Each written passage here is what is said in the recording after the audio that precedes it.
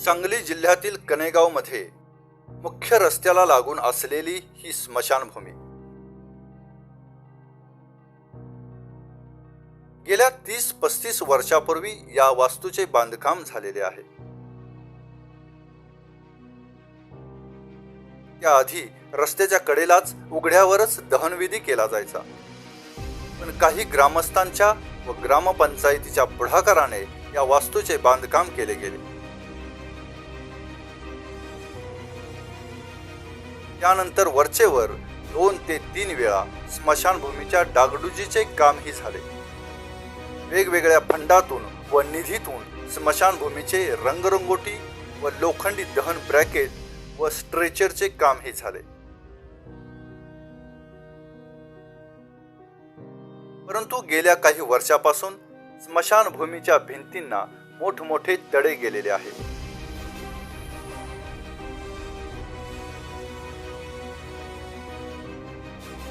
तसेच वरच्या बाजूचा छत पूर्णपणे निकामी झाल्याचा दिसून येतो।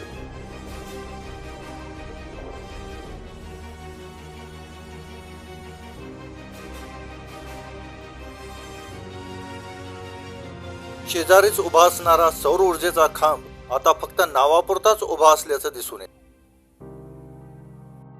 ग्रामस्थांच्या देणगीतून आणि ग्रामपंचायतीच्या वतीने रक्षा विसर्जन व दहन विधीच्या वेळी आलेल्या लोकांना बसण्यासाठी सिमेंटच्या बेंचची व्यवस्था करण्यात आलेली आहे।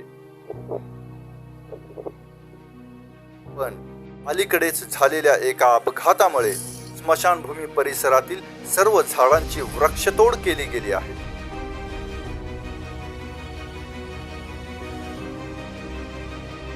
आणि त्यावेळीच झाडांच्या मोठमोठ्या फांद्या पडून जवळच असलेले सिमेंटचे बेंच फुटून निकामी झाल्याचे दिसते।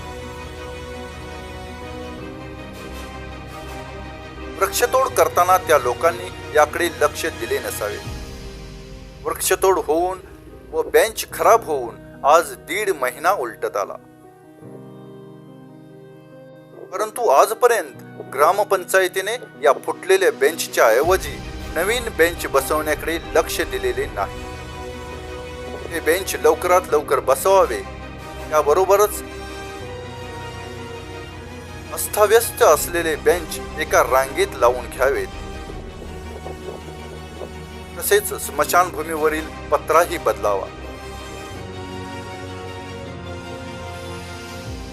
व भिंतीला डागडुजी करावी। तसेच स्मशानभूमी परिसरात स्वच्छता ठेवावी, असे काही नागरिकांच्यातून बोलले जात आहे। ग्रामपंचायत याकडे नक्कीच लक्ष देईल।